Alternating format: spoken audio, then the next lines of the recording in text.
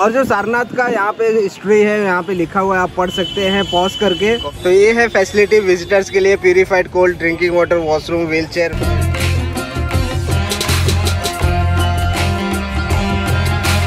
Hello everyone, welcome back to my YouTube channel A G की ride. So guys, मेरा नाम है अरविंद गौड़ और आया हूँ मैं आज सारनाथ टेम्पल, सारनाथ मंदिर में यहाँ पे, और वाराणसी में जो है। और यहाँ पे आप लोगों को दिखाने वाला सब कुछ क्या है यहाँ पे। और मैं आप लोगों को बता दूँ, यहाँ पे आने के बाद आपको स्कैन एंड पे करना पड़ेगा, जिसका पर पर्सन 25 रुपीज़ ऑनलाइन ही मिलेगा टिकट।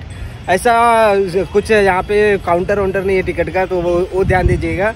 और 25 रुपीज़ टिकट है। और अंदर क्या क्या है वो सब दिखाते हैं। सारनाथ टेम्पल बौद्ध जी का बहुत ही प्राचीन मंदिर है यहाँ पे, सब बोलते हैं। तो अभी मैं बताता हूँ आप लोगों को सारनाथ की हिस्ट्री। तो चलिए देखते हैं क्या है इसकी हिस्ट्री एंड ऑल। और सारनाथ उत्तर प्रदेश राज्य में बौद्ध तीर्थ यात्रा के लिए एक बहुत ही पवित्र स्थल है। सारनाथ राज्य की घनी आबादी के बीच एक शांत और आध्यात्मिक शहर है, जो कई बौद्ध स्तूपों, संग्रहालयों, प्राचीन स्थलों और खूबसूरत मंदिरों के साथ ऐतिहासिक शहर है। वाराणसी से सिर्फ 10 किलोमीटर दूर होने के कारण सारनाथ हमेशा भक्तों से भरा रहता है। बता दें, यह शहर बौद्ध, जैन और हिंदुओं के लिए एक आदर्श तीर्थ स्थल है। सारनाथ बौद्धों का एक प्रमुख तीर्थ स्थान है, जो विभिन्न ऐतिहासिक मंदिरों, वास्तु चमत्कारों के साथ पूरी तरह से शांत नजर आता है। यह वो जगह है जहां भगवान बुद्ध ने अपने पहले धर्मापदेश का प्रचार किया। सारनाथ एक तीर्थ स्थल होने के साथ ही लोकप्रिय पर्यटक आकर्षण रहा है, और ये अपने सांस्कृतिक महत्व के साथ साथ रहस्यों के लिए भी जाना जाता है।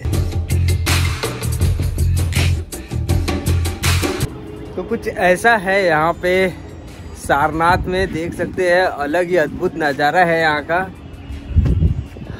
सही है यार।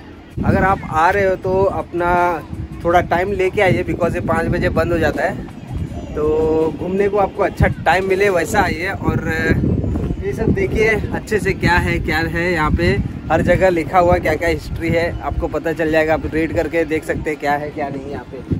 चलिए जानते हैं सारनाथ की हिस्ट्री। जैसा कि हम जानते हैं कि बौद्ध धर्म को दुनिया के 400 मिलियन से अधिक फॉलोअर्स के साथ कई देशों में इसका अनुसरण किया जाता है, लेकिन फिर भी यह बात बहुत कम लोग को पता है कि सारनाथ बौद्ध गया में एक जगह है जिसे हिरण पाक कहा जाता है, जहां बुद्ध आते थे। यहाँ के बोधि वृक्ष के नीचे ज्ञान प्राप्त करने के बाद बुद्ध ने अपना पहला उपदेश दिया था। बता दें कि सारनाथ का नाम सारंगनाथ या हिरण भगवान से लिया गया है, और इसलिए यह स्थान का नाम सारनाथ रखा गया है। तब से यह स्थान बौद्ध सर्किट में 4 प्रमुख स्थलों का हिस्सा बन गया है। सारनाथ का एक महत्वपूर्ण जैन तीर्थ स्थल भी है, क्योंकि यह जैन धर्म के 11वें तीर्थंकर श्रेयासनाथ का जन्म स्थान है। यहाँ पर श्रेयासनाथ समर्पित एक मंदिर भी है। सारनाथ को 3री शताब्दी ईसा पूर्व से ऐतिहासिक उथल पुथल की एक श्रृंखला से गुजरना पड़ा था, लेकिन जब सम्राट अशोक ने इस स्थान पर विशेष रुचि ली और विशालकाय स्तूपों जैसे शानदार ढांचे का निर्माण किया, तो इस जगह का आकर्षण बढ़ा। 10वीं से 12वीं शताब्दी ईसा पूर्व में जब विदेशी आक्रमणकारियों द्वारा लंबे समय तक एक से बाद एक आक्रमण किए, तो आधुनिक उत्तर प्रदेश के कई शहर खत्म हो गए थे और सारनाथ को टुकड़ों में छोड़ दिया। 19वीं शताब्दी के मध्य में सारनाथ को कुछ ब्रिटिश पुरातत्वविदों द्वारा इसके ऐतिहासिक महत्व के चलते फिर से संरक्षित किया गया, और बौद्ध धर्म के लिए सबसे महत्वपूर्ण तीर्थ स्थलों में से एक स्थान सारनाथ ने फिर से प्राप्त किया। सारनाथ में कई मंदिर, मठ, संग्रहालय, उद्यान यहाँ के प्रमुख आकर्षण है, जो बौद्ध धर्म और उसके इतिहास को समर्पित है।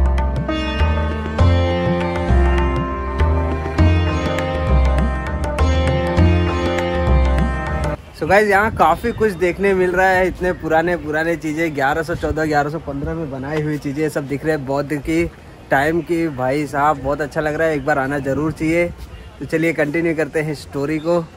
7वीं शताब्दी में भारत भ्रमण पर आए चीनी यात्री हेन सांग ने इसका वर्णन 200 फुट ऊंचे मूलगंध कुटी विहार के नाम से किया है। इस मंदिर पर बने हुए नक्काशीदार गोले और नतोदार ढलाई, छोटे छोटे स्तंभों तथा सुंदर कलापूर्ण काटुओं आदि से यह निश्चित होता है कि इसका निर्माण गुप्त काल में हुआ था। परंतु इसके चारों ओर मिट्टी और चूने की बनी हुई पक्की फर्शों तथा दीवारों के बाहरी भाग में प्रयुक्त अस्त व्यस्त नक्काशीदार पत्थरों के आधार पर कुछ विद्वानों ने इसे 8वीं शताब्दी के लगभग का माना है। है। चलिए जानते हैं धमेक स्तूप के बारे में। धमेक स्तूप का निर्माण 500 ईस्वी में सम्राट अशोक द्वारा 249 ईसा पूर्व बनाए गए एक स्तूप व अन्य कई स्मारक के स्थान पर किया गया था। ऐसा माना जाता है कि डियर पार्क में स्थित धमेक स्तूप ही वह जगह है जहाँ भगवान बुद्ध ने ज्ञान की प्राप्ति के बाद अपने शिष्यों को पहला उपदेश दिया था। यहीं पर उन्होंने आर्य अष्टांग मार्ग की अवधारणा को बतलाया था, जिस पर चलकर व्यक्ति मोक्ष की प्राप्ति कर सकता है। इस स्तूप को 6 बार बड़ा किया गया, इसके बावजूद इसका ऊपरी हिस्सा अधूरा ही रहा। एक चीनी यात्री जुआन जांग ने 5वीं शताब्दी में सारनाथ का भ्रमण किया था। उन्होंने लिखा है कि उस समय कॉलोनी में 1500 से ज्यादा धर्माचार्य थे और मुख्य स्तूप करीब 300 फीट ऊंचा था। धमेक शब्द की उत्पत्ति के बारे में विद्वानों का मत है कि यह संस्कृत के धर्मज्ञ शब्द से निकाला गया है। उल्लेखनीय है कि बुद्ध ने सर्वप्रथम यहाँ धर्म चक्र प्रारंभ किया था, अतः ऐसा संभव है कि इस कारण ही इसका नाम धमेक पड़ा हो। चलिए जानते हैं सारनाथ के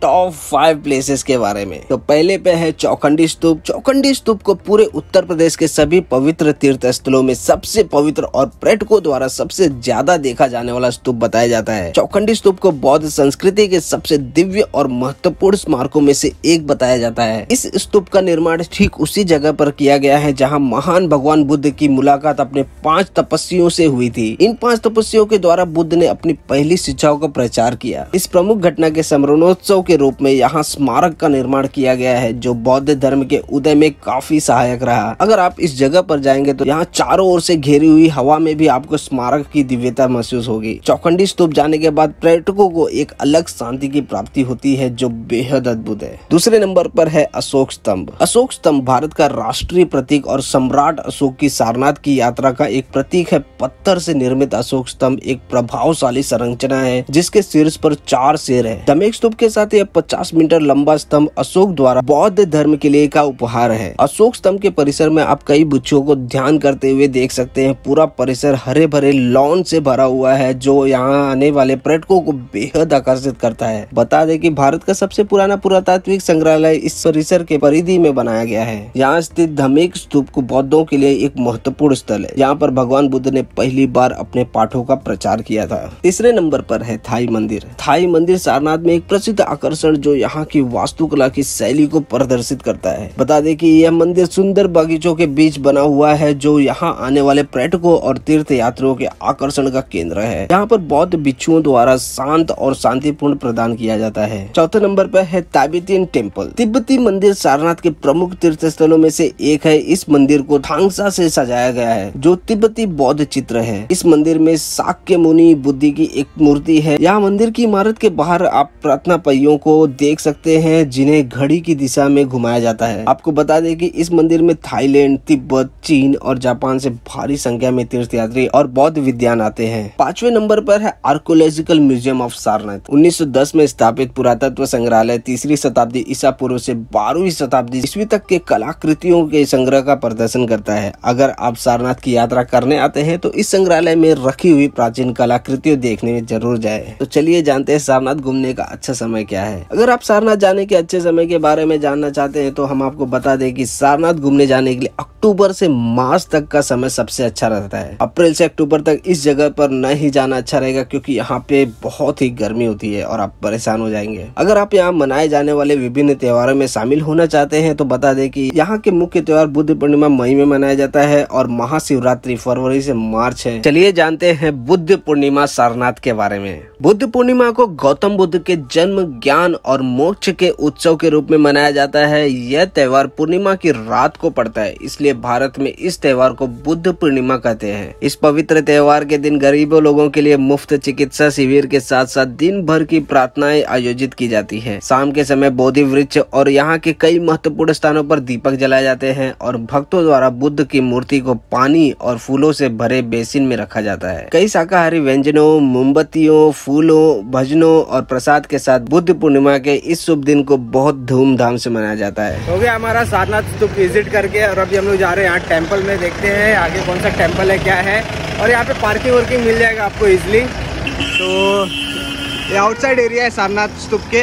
अभी देखते हैं आगे कौन सा टेम्पल है, उधर जाते हैं। अभी आए हम लोग दिगंबर जैन टेम्पल में, तो आगे देखते हैं कैसा है टेम्पल और आपको दिखाते हैं।